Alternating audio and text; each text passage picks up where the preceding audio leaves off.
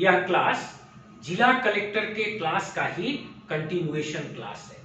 आज के इस क्लास में हम कलेक्टर का डीएम के रूप में, डिस्ट्रिक्ट मजिस्ट्रेट के रूप में क्या कार्य और शक्तियां हैं, इनको देखेंगे। फिर से सुनिए, आज के इस क्लास में हम कलेक्टर का डीएम के रूप में, मतलब डिस्ट्रिक्ट मजिस्ट्रेट के रूप में क्या कार्य और शक्तियां हैं, इसका अध्ययन करेंगे। यह क्लास थोड़ा लंबा होगा, लेकिन यह क्लास बहुत ही महत्वपूर्ण होगा। इस क्लास को पूरा देखिएगा। इसको पूरा देखने पर आपको समझ में आएगा कि न्यायिक दंडाधिकारी और कार्यपालक दंडाधिकारी अर्थात न्यायालय में बैठने वाले जज और जिला में पदस्थापित एग्जीक्यूटिव मजिस्ट्रेट में क्या अंतर होता है।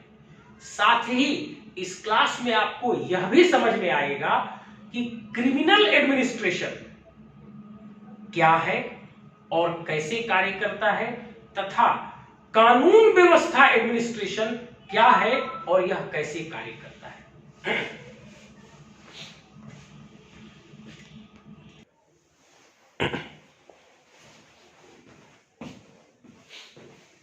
अब देखिए, मैं आपको पहले ही समझा चुका हूं कि पूरे भारत देश में कलेक्टर फेमसली 3 नामों से जाना जाता है। अर्थात कलेक्टर के 3 नाम बहुत फेमस हैं। पहला डिस्ट्रिक्ट कलेक्टर, दूसरा डिस्ट्रिक्ट मजिस्ट्रेट और तीसरा डिप्टी कमिश्नर। अब देखिए,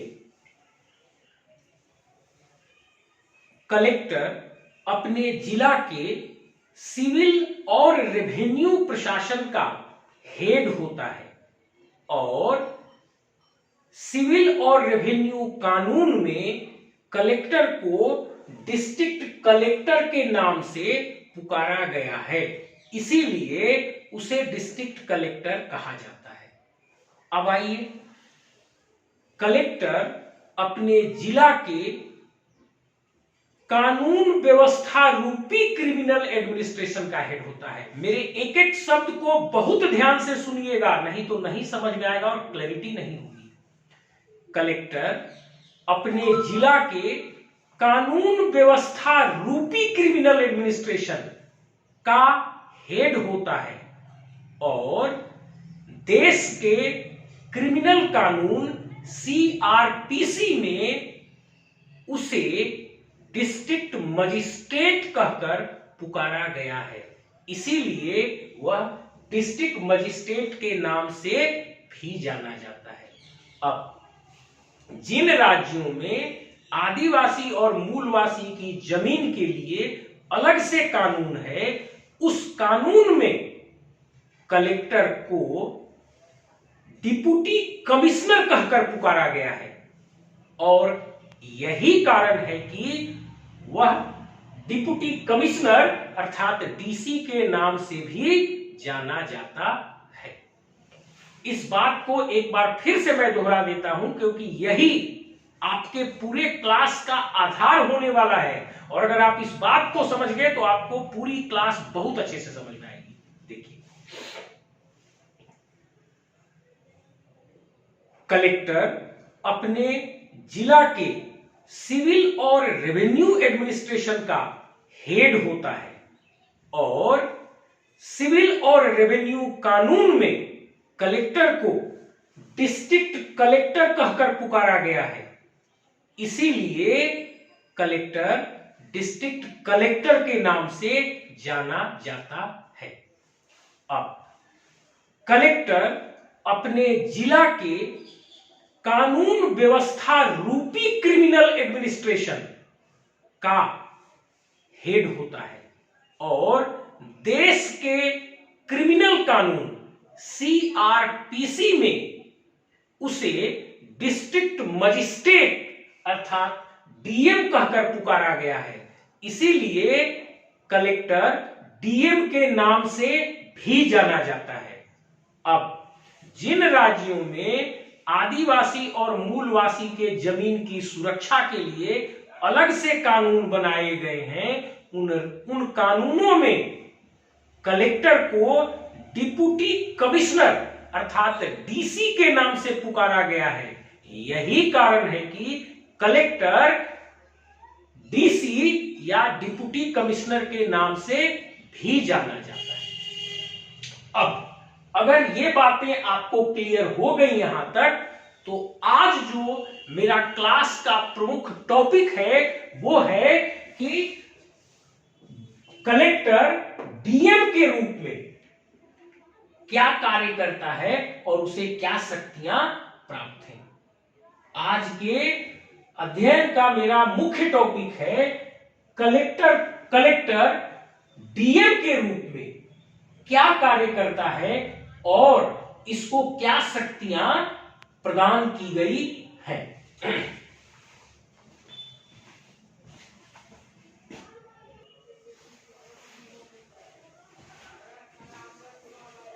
अब क्लास को आगे बढ़ाने से पहले दो बातों को समझ लीजिए। न्यायिक दंडाधिकारी और कार्यपालक दंडाधिकारी में क्या अंतर होता है, और प्योर क्रिमिनल एडमिनिस्ट्रेटिव एक्ट क्या है, और लॉ एंड ऑर्डर रूपी क्रिमिनल एडमिनिस्ट्रेशन एक्ट क्या है। चलिए शुरू करते हैं। सबसे पहले हम देखेंगे न्यायिक दंडाधिकारी और कार्यपालक दंडाधिकारी में क्या अंतर होता है।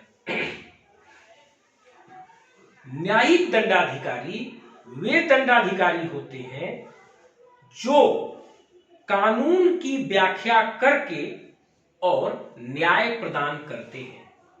काम को कराने से उनका कोई लेना देना नहीं होता, और जब कोई भी मामला उनके समक्ष ले जाया जाता है तब वे कानून के अनुसार उस मामला की व्याख्या करते हैं, उसके गुण दोष को जांचते परखते हैं और उसके बाद उसके अनुसार अपनी फैसला सुनाते हैं।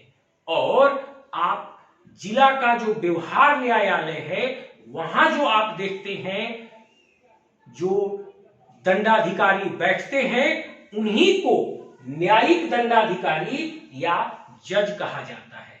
और उनका काम इतना ही है कि जब दंडाधिकारी के सामने कोई मामला लाया जाता है तब कानून के अनुसार वो उसकी व्याख्या करके उस पर निर्णय लेते हैं, सजा सुनाते हैं। इसी को न्यायिक दंडाधिकारी कहा जाता है। अब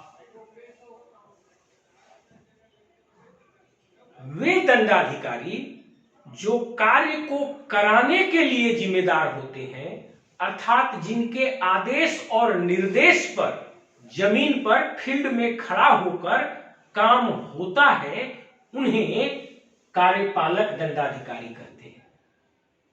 जैसे district magistrate, sub divisional magistrate, अन्य कार्यपालक दंडाधिकारी, और कई बार बिहार और झारखंड में बीडीओ और सीओ को मजिस्ट्रेट की शक्तियां प्रदान करके जमीन पर भेज दिया जाता है कानून और व्यवस्था को मेंटेन करने के लिए, और वहां पर उनके आदेश के अनुसार काम होता है। यही कारण है कि इनके आदेश पर कार्य होता है, इसीलिए इनको कार्यपालक दंडाधिकारी या एग्जीक्यूटिव मजिस्ट्रेट कहा जाता है। इस बात को फिर से एक बार समझिए। दंडाधिकारी, हमारे कानून में दंडाधिकारी दो प्रकार के होते हैं। पहला न्यायिक दंडाधिकारी और दूसरा कार्यपालक दंडाधिकारी। वे दंडाधिकारी जिनके पास वे दंडाधिकारी जो कार्य को कराने के लिए जिम्मेदार नहीं होते हैं, बल्कि जो न्याय करने के लिए जिम्मेदार होते हैं, उन्हें न्यायिक दंडाधिकारी कहा जाता है। न्यायिक दंडाधिकारी वे दंडाधिकारी होते हैं जो कार्य को कराने के लिए जिम्मेदार नहीं होते, बल्कि कानून के अनुसार न्याय करने के लिए जिम्मेदार होते हैं, उन्हें न्यायिक दंडाधिकारी कहा जाता है। और जब तक उनके समक्ष मामला नहीं लाया जाता तब तक वो कोई एक्शन नहीं ले सकते, और जब उनके सामने मामला लाया जाता है तो कानून की व्याख्या करते हुए उस मामला को समझते हैं और उसके अनुसार न्याय निर्णय सुनाते हैं और उन्हीं को न्यायिक दंडाधिकारी कहा जाता है। और ये दंडाधिकारी हाई कोर्ट के कंट्रोल में जिला का जो सिविल कोर्ट होता है वहां पर बैठते हैं और न्याय करते हैं। अब कार्यपालक दंडाधिकारी, वे दंडाधिकारी जो कार्य को कराने के लिए जिम्मेदार होते हैं। फिर से सुनिए, वे दंडाधिकारी जो कानून के अनुसार कार्य को करवाने के लिए जिम्मेदार होते हैं उन्हें कार्यपालक दंडाधिकारी कहा जाता है। जैसे डिस्ट्रिक्ट मजिस्ट्रेट मतलब डीएम, जैसे एसडीएम सब डिविजनल मजिस्ट्रेट, जैसे जिला में पदस्थापित कार्यपालक दंडाधिकारी, और कभी कभी सीओ और बीडीओ को भी यह शक्तियां डिलीगेट की जाती हैं। और ये दंडाधिकारी, इस प्रकार वाले दंडाधिकारी स्थल पर खड़ा होकर अपने आदेश और निर्देश के अनुसार कार्य को करवाते हैं, इसीलिए इनको कार्यपालक दंडाधिकारी कहा जाता है। एक बात और यहां पर ध्यान से समझने लायक है कि आजादी से पहले तक जो डिस्ट्रिक्ट मजिस्ट्रेट होते थे उन्हीं में इन दोनों दंडाधिकारी की शक्तियां निहित होती थी।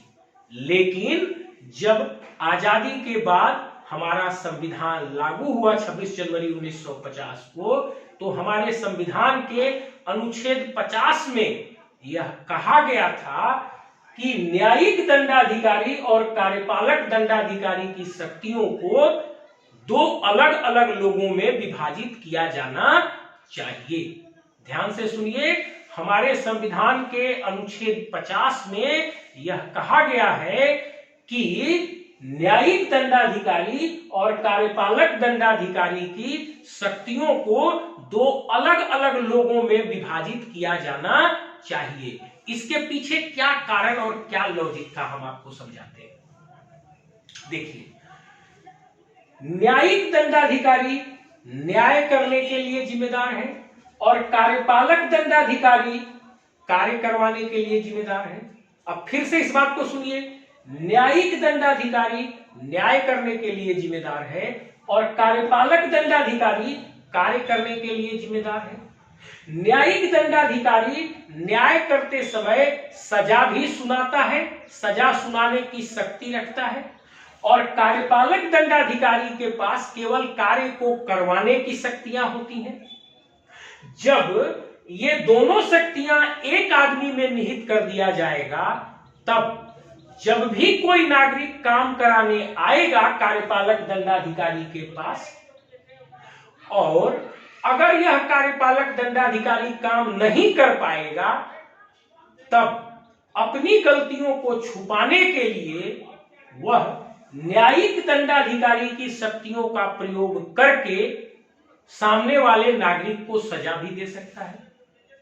ध्यान से समझिए, एक ही व्यक्ति में न्यायिक दंडाधिकारी और कार्यपालक दंडाधिकारी दोनों की शक्तियां अगर निहित होंगी, तब जब एक नागरिक कोई काम कराने आएगा कार्यपालक दंडाधिकारी के रूप मतलब कार्यपालक दंडाधिकारी के पास,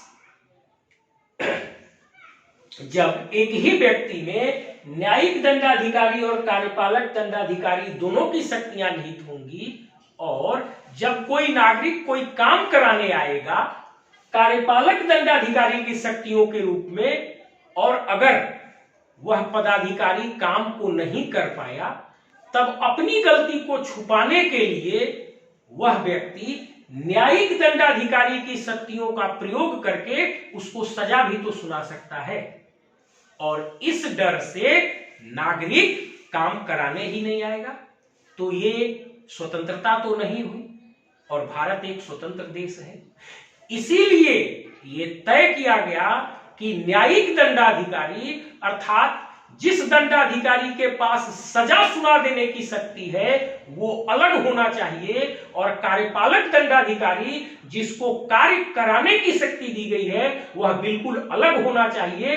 और जब न्यायिक दंडाधिकारी और कार्यपालक दंडाधिकारी की शक्तियां दो अलग अलग लोगों में होंगी, तभी जाकर नागरिकों को पूर्ण रूप से स्वतंत्रता होगी और नागरिक अधिकार के साथ इस कार्यपालक दंडाधिकारी के पास आकर अपने काम कराने की मांग कर पाएंगे या दबाव बना पाएंगे।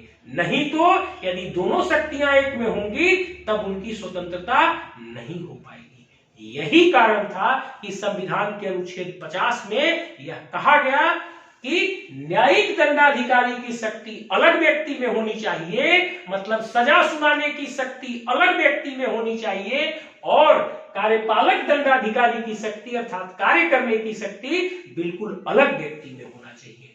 और यहीं से, इसी जगह से जो डिस्ट्रिक्ट मजिस्ट्रेट थे हमारे, उनकी शक्तियों को न्यायिक दंडाधिकारी और कार्यपालक दंडाधिकारी की शक्तियों को सेपरेट करने का प्रावधान किया गया।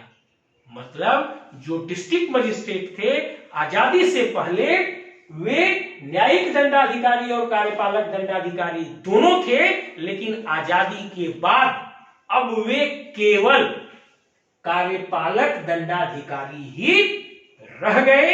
न्यायिक दंडाधिकारी की शक्तियां डिस्ट्रिक्ट जज रूपी नए पदधारी में चली गई, जो कि हाई कोर्ट के सीधे कंट्रोल में काम करते हैं और जिला के सिविल न्यायालय में बैठते हैं। यहां तक क्लियर हो गया होगा।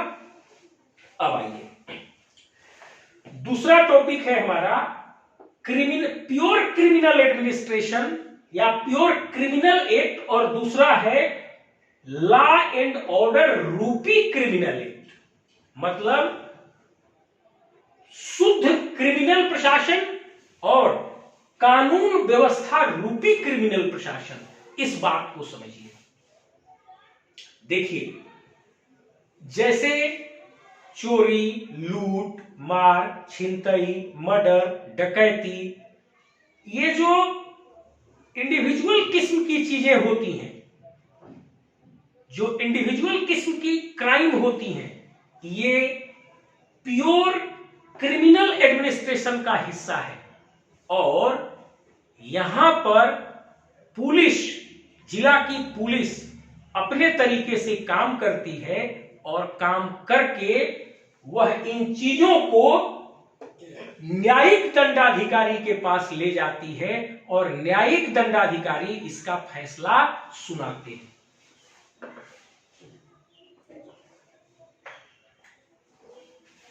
और जब कोई बात सामूहिक होती है, जैसे मेला, प्रोसेशन, भीड़, पर्व, ये सब जो होता है, जहां समूह में लोग इकट्ठा होते हैं, जहां सामूहिक गतिविधि पूरे समाज की इन्वॉल्व हो जाती है, उस जगह पर, मैं मोटा मोटी रूप से आपको समझा रहा हूं, उस जगह पर उस व्यवस्था को बनाए रखना, वहां पर कानून को बनाए रखना कानून और व्यवस्था कहलाता है। और इस कानून और व्यवस्था रूपी कार्य में पुलिस विभाग इस कार्यपालक दंडाधिकारी के नेतृत्व में काम करता है। अब ध्यान से समझिएगा।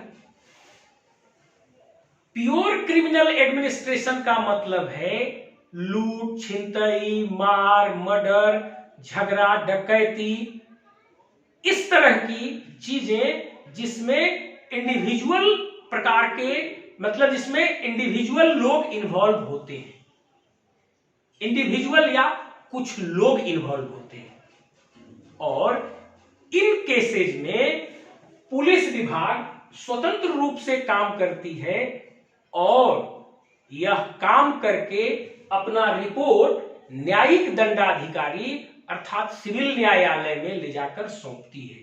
और यहां इन प्योर क्रिमिनल केसेज में पुलिस पदाधिकारी इस न्यायिक दंडाधिकारी अर्थात जिला के न्यायालय के नियंत्रण में काम करती है।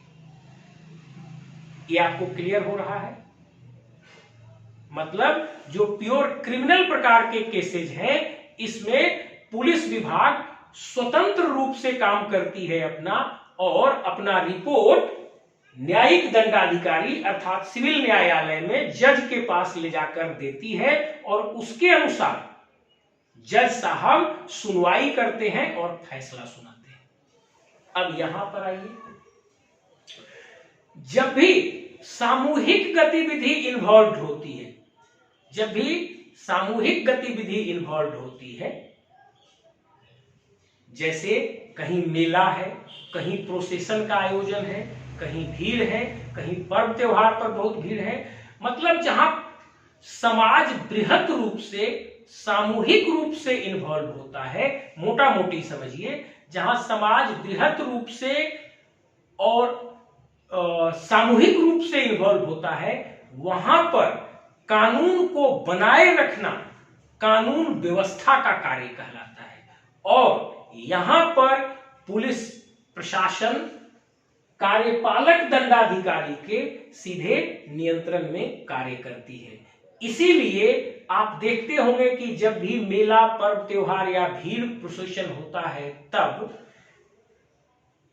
डीएम और एसपी के ज्वाइंट आदेश निकाले जाते हैं, और उस ज्वाइंट आदेश में प्रत्येक पोस्ट पर एक मजिस्ट्रेट और उनके साथ कई पुलिस पदाधिकारी डिप्यूट किए जाते हैं, और वहां पर पुलिस पदाधिकारी उस मजिस्ट्रेट के नियंत्रण और निर्देशन में कार्य करते हैं। और ये हुआ आपका लॉ एंड ऑर्डर एडमिनिस्ट्रेशन। मेरे ख्याल में अब ये दोनों चीजें आपको समझ में आ गई होंगी कि पुलिस को प्योर क्रिमिनल एक्ट में कैसे स्वतंत्र रूप से कार्य करना है, और अपना रिपोर्ट कैसे जुडिशियरी या न्यायिक दंडाधिकारी के पास देना है, और कानून व्यवस्था एडमिनिस्ट्रेशन में कैसे उन्हें कार्यपालक दंडाधिकारी के डायरेक्ट नियंत्रण और निर्देशन में काम करना है। अब इसके बाद हम अब अपने क्लास के मूल टॉपिक पर आ रहे हैं, और अब आपको समझने में बहुत आसान होगा।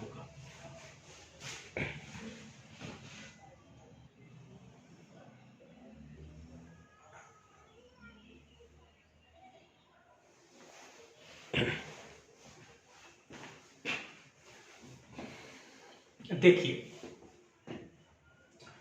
हमारे देश में क्रिमिनल एडमिनिस्ट्रेशन सीआरपीसी के अनुसार चलाया जाता है, क्रिमिनल प्रोसीजर कोड के अनुसार चलाया जाता है, और क्रिमिनल प्रोसीजर कोड में जो लेटेस्ट अमेंडमेंट हुआ 1973 में, उसके अनुसार मैं आपको अब एक्सप्लेन कर रहा हूं।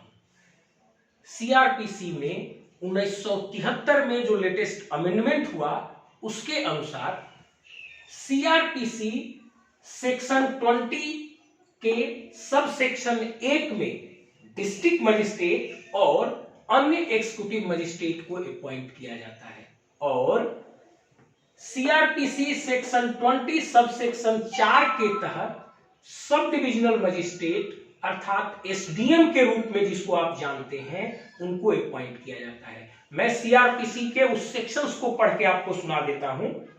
Section 20 in the code of CrPC 1973 का सेक्शन 20 पढ़ रहा हूं।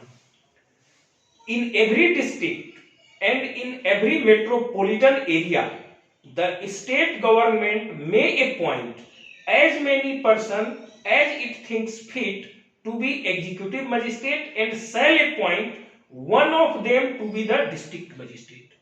मतलब सीआरपीसी सेक्शन 20 सब सेक्शन 1 के तहत राज्य सरकार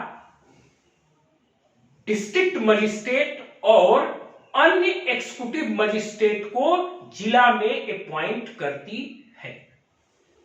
अब हम सेक्शन 20 का चौथा सब सेक्शन पढ़ रहे हैं। देखिए, the state government may place an executive magistrate in charge of sub division and may relieve him of the charges as occasion requires. मतलब राज्य सरकार सब डिवीजन में एक मजिस्ट्रेट को अपॉइंट करेगी और उनको एसडीएम कहा जाएगा। अब देखिए, मैं रिपीट कर देता हूं। सीआरपीसी कानून के अनुसार हमारे देश में क्रिमिनल एडमिनिस्ट्रेशन संचालित किया जाता है और उस सीआरपीसी कानून के सेक्शन 20(1) में डिस्ट्रिक्ट मजिस्ट्रेट और अन्य कार्यपालक दंडाधिकारी को नियुक्त करने का प्रावधान किया गया है। और उसी सीआरपीसी के सेक्शन 20(4) में प्रत्येक अनुमंडल अर्थात सब डिवीजन में एक एसडीएम अर्थात अनुमंडल दंडाधिकारी को नियुक्त करने का प्रावधान किया गया है और इस तरह से सीआरपीसी में इनकी नियुक्ति होती है। अब देखिए, अगर आप जिला के क्रिमिनल एडमिनिस्ट्रेशन को समझना चाहते हैं तो आपको जिला के क्रिमिनल एडमिनिस्ट्रेशन के ढांचा को भी समझना होगा। जैसे मैं जब रेवेन्यू एडमिनिस्ट्रेशन समझा रहा था तब जिला के रेवेन्यू एडमिनिस्ट्रेशन का ढांचा समझाया था, तब जाकर आपको जिला का रेवेन्यू एडमिनिस्ट्रेशन समझ में आया था। वैसे ही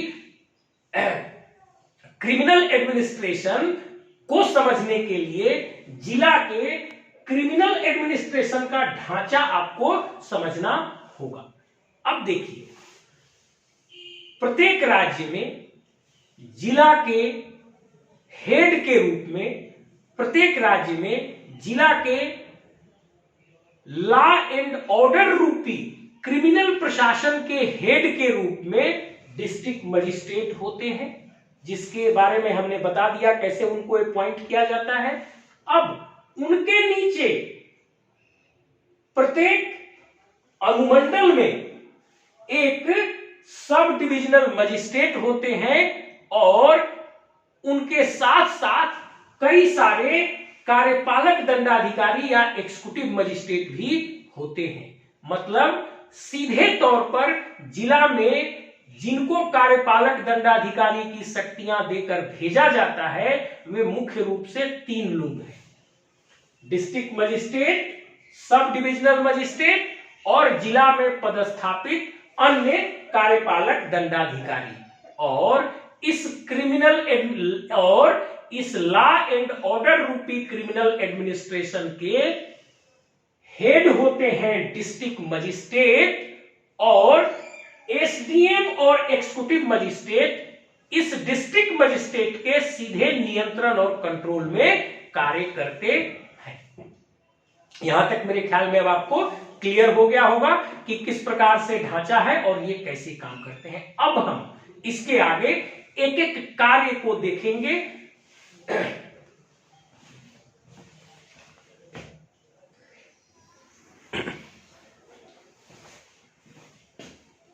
अब देखिए, जो जिला डिस्ट्रिक्ट एडमिनिस्ट्रेशन की जो पुलिस व्यवस्था है वो कैसे काम करती है, इस चीज को समझिए। देखिए, आप जानते हैं कि डिस्ट्रिक्ट एडमिनिस्ट्रेशन के अंतर्गत जो पुलिस प्रशासन काम करती है वह इंडियन पुलिस एक्ट 1861 के तहत काम करती है। फिर से समझिए, डिस्ट्रिक्ट एडमिनिस्ट्रेशन के अंतर्गत जो पुलिस प्रशासन कार्य करती है वह इंडियन पुलिस एक्ट 1861 के अनुसार काम करती है। और इस इंडियन पुलिस एक्ट 1861 के अंतर्गत जिला के पूरे पुलिस प्रशासन की शक्ति सुपरिंटेंडेंट ऑफ पुलिस में वेस्ट की गई है, लेकिन under control of district magistrate. मतलब पुलिस प्रशासन के, जिला पुलिस प्रशासन के हेड सुपरिंटेंडेंट ऑफ पुलिस होते हैं, लेकिन under control of district magistrate. ध्यान से समझिए इस बात को। मतलब यहां पर भी डिस्ट्रिक्ट मजिस्ट्रेट को पुलिस प्रशासन पर कंट्रोल की शक्तियां या नियंत्रण की शक्तियां दी गई हैं। इस बात को मैं फिर से दोहराता हूं, जिला प्रशासन के अंतर्गत जो पुलिस प्रशासन कार्य करती है वह इंडियन पुलिस एक्ट 1861 के तहत काम करती है और इस इंडियन पुलिस एक्ट 1861 में जिला के पुलिस प्रशासन का हेड सुपरिंटेंडेंट ऑफ पुलिस अर्थात एसपी को बनाया गया है, लेकिन under control of district magistrate. मतलब इस कानून के तहत डिस्ट्रिक्ट मजिस्ट्रेट को जिला के पुलिस प्रशासन पर भी नियंत्रण की शक्तियां प्रदान की गई हैं। अब आप समझ सकते हैं कि यह पद कितना शक्तिशाली और कितना महत्वपूर्ण है।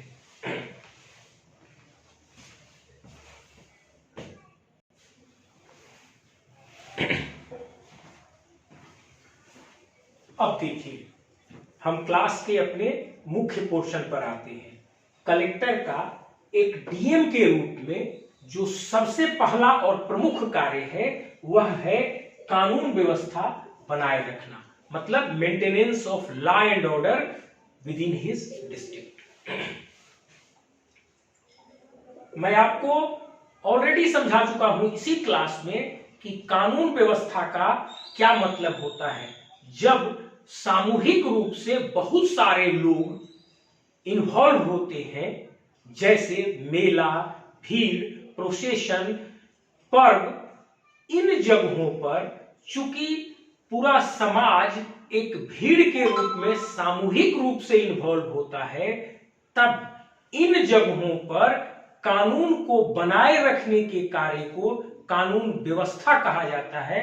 और इन जगहों पर डिस्ट्रिक्ट मजिस्ट्रेट अपनी ओर से मजिस्ट्रेट की नियुक्ति करते हैं, कार्यपालक दंडाधिकारी की नियुक्ति करते हैं, और उस कार्यपालक दंडाधिकारी के अधीन कुछ पुलिस फोर्स दिए जाते हैं।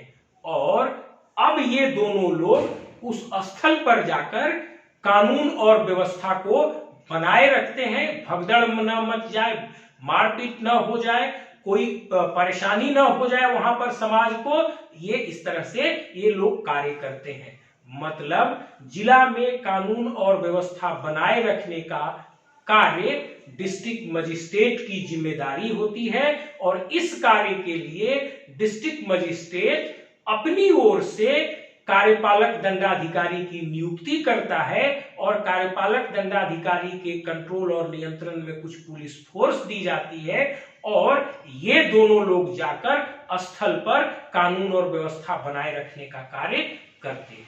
अब आइए दूसरा कार्य, कलेक्टर का डीएम के रूप में जो दूसरा कार्य है वो है जिला के अधीनस्थ कार्यपालक दंडाधिकारियों का नियंत्रण और निर्देशन करना।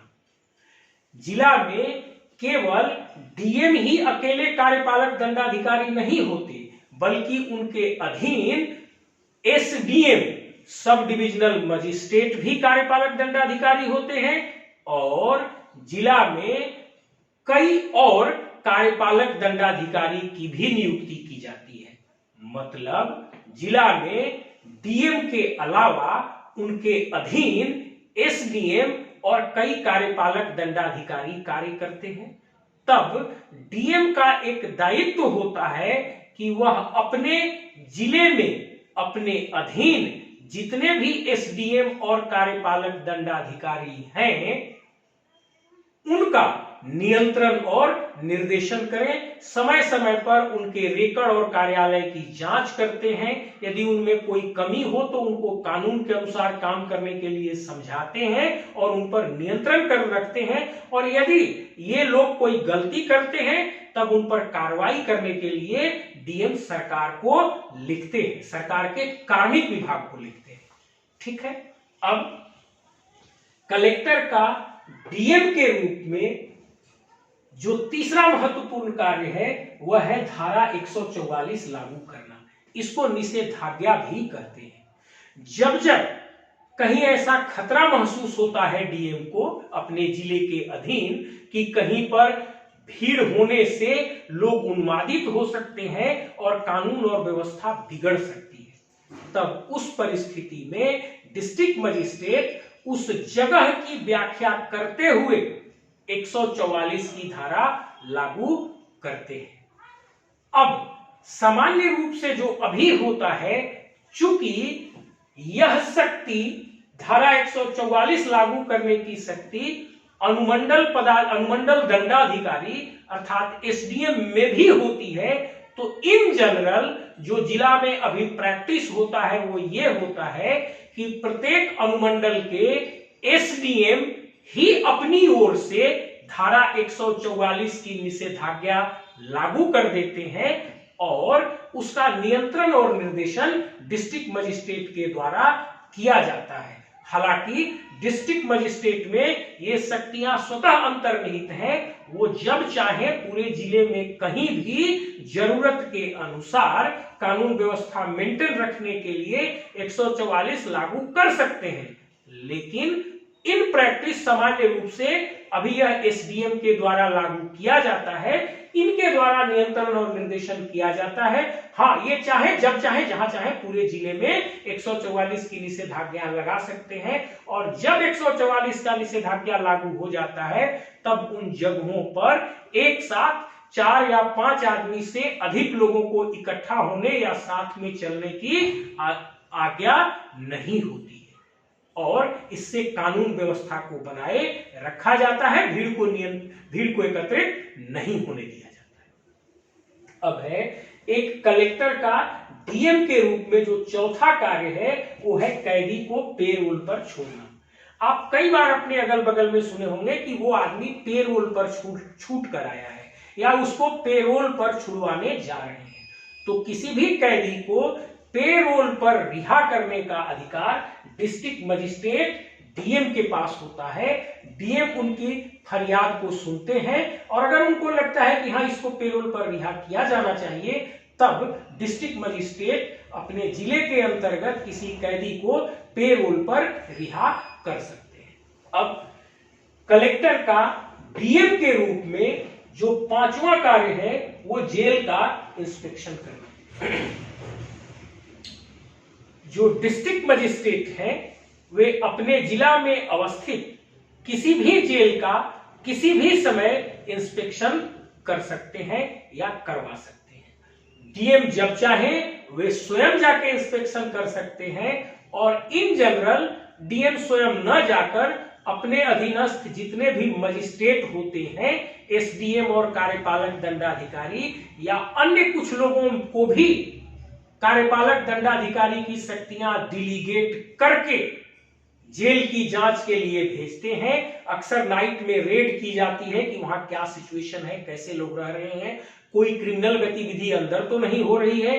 इन सभी चीजों की जांच समय समय पर डिस्ट्रिक्ट मजिस्ट्रेट करवाते हैं। डीएम चाहे तो अपने जिले में अवस्थित किसी भी जेल में जाकर स्वयं जांच कर सकते हैं और जब चाहे अपना आदेश निकालकर अपने अधीनस्थ दंडाधिकारियों के माध्यम से जेल का जांच करवाते रहते हैं।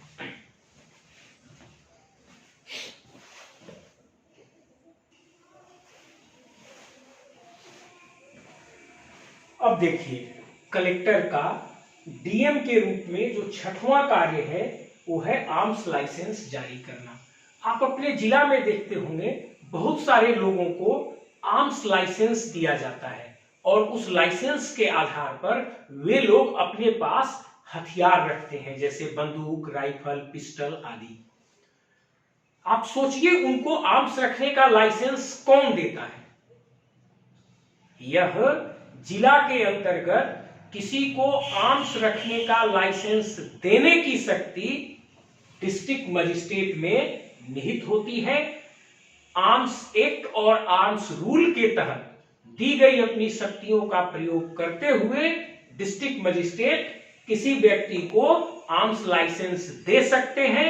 यदि उनके विरुद्ध कोई शिकायत आती है तो उनके लाइसेंस को सस्पेंड भी कर सकते हैं और समाप्त भी कर सकते हैं, उनके हथियार को जब्त भी करवा सकते हैं। इस प्रकार आर्म्स एक्ट और आर्म्स रूल के तहत डिस्ट्रिक्ट मजिस्ट्रेट अपने जिले के अंतर्गत किसी भी व्यक्ति को आर्म्स लाइसेंस दे सकते हैं और जरूरत पड़ने पर उसे सस्पेंड और निरस्त भी करवा सकते हैं और उनके आर्म्स को सीज भी करवा सकते हैं। अब कलेक्टर का डीएम के रूप में जो अगला सातवां कार्य है वो होटल का लाइसेंस देना। आप ध्यान से समझिए, आप बड़े बड़े होटल्स देखते हैं, 3 स्टार होटल, 5 स्टार होटल, कई होटल्स देखते हैं। इन होटल्स को लाइसेंस कौन देता है? यह भी इन होटल्स को लाइसेंस डिस्ट्रिक्ट मजिस्ट्रेट के द्वारा प्रदान किया जाता है। अब आइए, आप अपने जिला में कई पेट्रोल पंप देखते हैं। उन पेट्रोल पंप को लाइसेंस कौन देता है? या कई सारे ठेकेदार और कंपनीज कुछ एक्सप्लोसिव रखती हैं, जैसे उनको चट्टान तोड़ना होता है, जैसे माइनिंग के समय में उनको ब्लास्टिंग करना होता है, उसके लिए एक्सप्लोजिव रखते हैं। तो किसी भी कंपनी को माइनिंग आदि कार्यों के लिए एक्सप्लोजिव रखने का लाइसेंस कौन देता है? या किसी भी व्यक्ति को जिला के अंतर्गत पेट्रोल पंप स्थापित करने का लाइसेंस कौन देता है? यह कार्य डिस्ट्रिक्ट मजिस्ट्रेट के द्वारा किया जाता है। मतलब डिस्ट्रिक्ट मजिस्ट्रेट अपने जिले के अंतर्गत किसी भी माइनिंग कंपनी, कॉन्ट्रैक्टर आदि को माइनिंग आदि कार्यों को करने के लिए, माइनिंग आदि कार्यों के लिए, ब्लास्टिंग आदि करने के लिए एक्सप्लोजिव रखने का लाइसेंस दे सकते हैं। और डिस्ट्रिक्ट मजिस्ट्रेट अपने जिले के अंतर्गत किसी भी व्यक्ति को पेट्रोल पंप स्थापित करने और संचालित करने का भी लाइसेंस दे सकते हैं। और फिर यदि जरूरत पड़ने पर उनसे उनके लाइसेंस को सस्पेंड भी कर सकते हैं और निरस्त भी कर सकते हैं और उनके सामग्री को जब्त भी करवा सकते हैं। अब आइए, कलेक्टर का डीएम के रूप में अगला नवा कार्य है मनोरंजन कानून को लागू करवाना। जिले में आप कई जगह मॉल और सिनेमा हॉल देखते होंगे, मल्टीप्लेक्सेस देखते होंगे। ये मॉल, सिनेमा हॉल, मल्टीप्लेक्सेस जो चलाए जाते हैं, इनको चलाने का लाइसेंस कौन देता है? यह भी डिस्ट्रिक्ट मजिस्ट्रेट के द्वारा दिया जाता है। और इन चीजों पर नियंत्रण इसलिए रखा जाता है कि वहां पर कौन सी गतिविधि की जा रही है, वहां पर लोग भीड़ में एकत्रित होते हैं, वहां पर कोई अश्लीलता या क्रिमिनल कार्य तो नहीं चल रहा है। इन सभी चीजों को नियंत्रित करने के उद्देश्य से ऐसा प्रावधान किया गया है। और इस प्रकार डिस्ट्रिक्ट मजिस्ट्रेट अर्थात डीएम मनोरंजन कानून के तहत सिनेमा हॉल, मॉल, मल्टीप्लेक्स आदि को लाइसेंस देते हैं, सस्पेंड करते हैं, निरस्त करते हैं और इस प्रकार उनकी गतिविधियों पर नियंत्रण रखते हैं। अब कलेक्टर का डीएम के रूप में अगला कार्य है फैक्ट्री एक्ट और ट्रेडमार्क एक्ट के तहत कार्रवाई करना। जिले में फैक्ट्रीज होती हैं, वो कैसे संचालित होंगी, इससे संबंधित कानून है। वहां पर लेबर लॉज ठीक से चल रहे हैं कि नहीं, वहां पर इन्वायरमेंटल लॉज ठीक से लागू किए जा रहे हैं कि नहीं, क्योंकि फैक्ट्री जब आप चलाते हैं तो लोग समूह में काम करते हैं, वहां पर उनके स्वास्थ्य का ध्यान दिया जा रहा है कि नहीं, उनके पर्यावरण का ध्यान दिया जा रहा है कि नहीं, लेबर लॉज का ध्यान दिया जा रहा है कि नहीं, कहीं चाइल्ड लेबर तो काम उसमें नहीं कर रहा है। ये सारी बातें देखना होता है। वहां पे पर्यावरण और लेबर लॉज का ध्यान दिया जा रहा है कि नहीं, इन चीजों का ध्यान रखना होता है। और बच्चे वहां काम न करें, यह सब ध्यान रखना होता है। वैसे ही ट्रेडमार्क आप सुने होंगे, प्रत्येक कंपनी अपना ट्रेडमार्क या मुहर लगाती है। अब कई लोग, दूसरे लोग जाल करके सामान अपने बनाते हैं और किसी दूसरे कंपनी का ट्रेडमार्क या मुहर लगाकर बाजार में बेचना शुरू कर देते हैं। तो ये सब जो चीजें होती हैं वो फैक्ट्री एक्ट और ट्रेडमार्क एक्ट के तहत नियंत्रित होती हैं। और डिस्ट्रिक्ट मजिस्ट्रेट को शक्तियां दी गई हैं, वह फैक्ट्रीज एक्ट और ट्रेडमार्क एक्ट के तहत इन चीजों की सुनवाई करता है और सुनवाई करके अपना फैसला सुनाता है।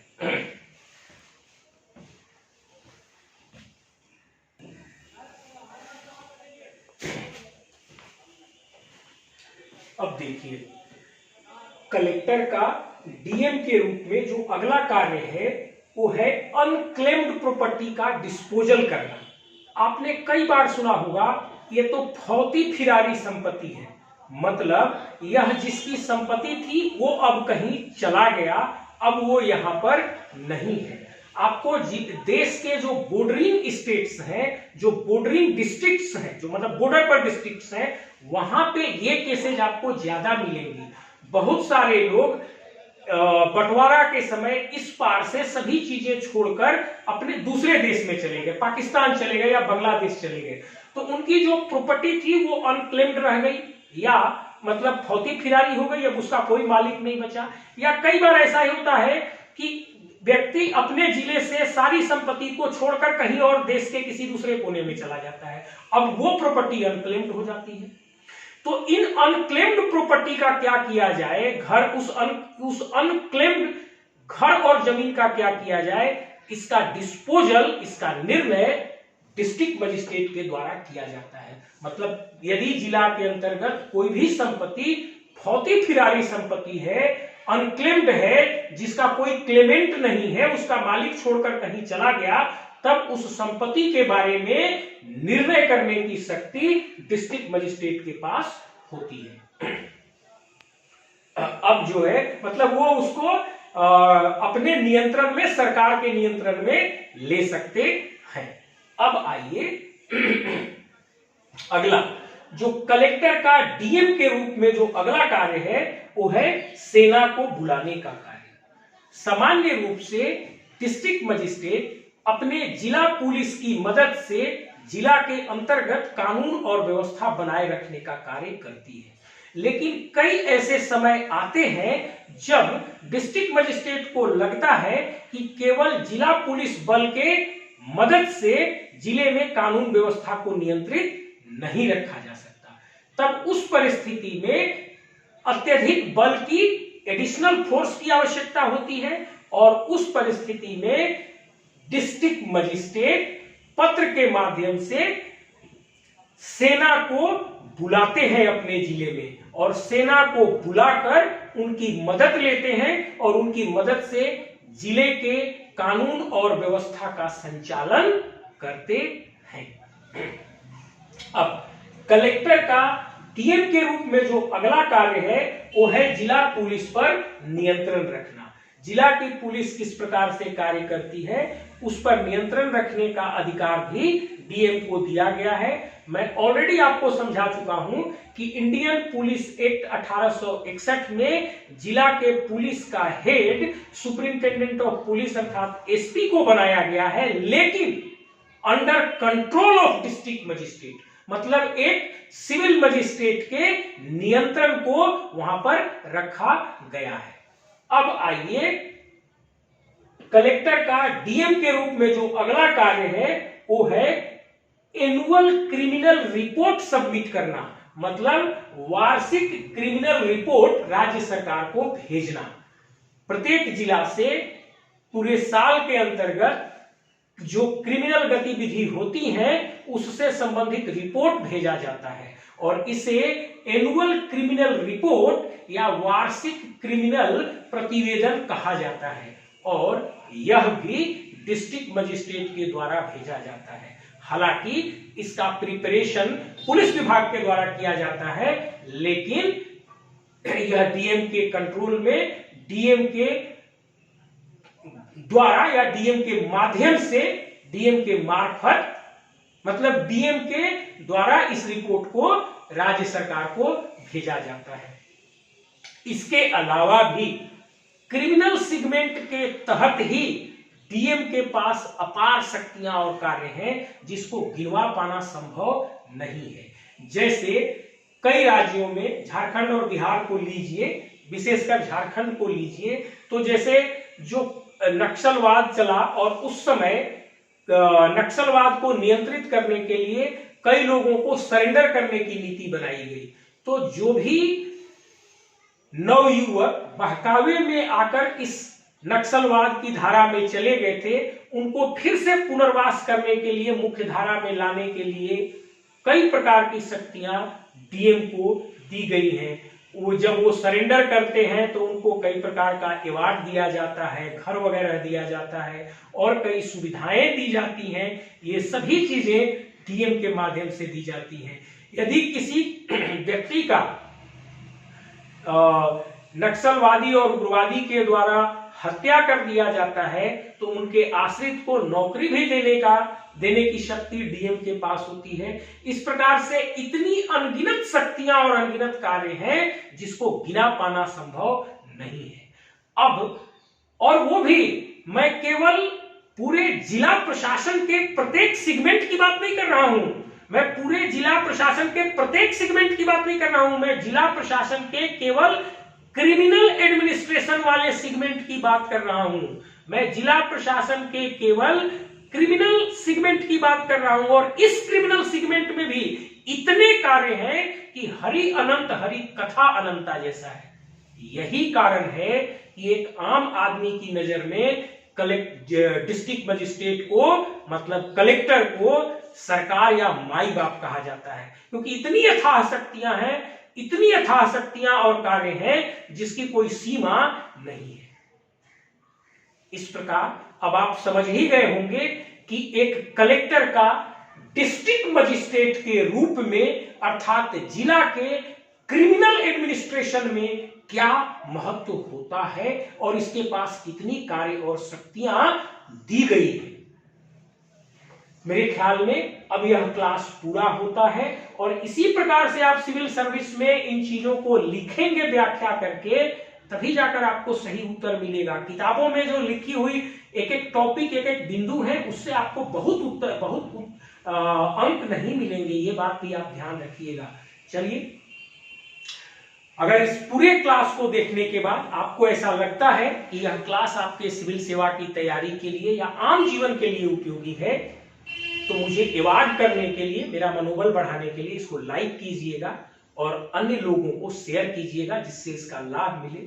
और अगर आपको लगता है नहीं यह उपयोगी नहीं है या इसमें कुछ कमियां हैं तो आप इसको डिसलाइक भी कीजिएगा और कमेंट भी कीजिएगा। मैं उसके अनुसार इसमें सुधार भी करने का प्रयास करूंगा। Thank you.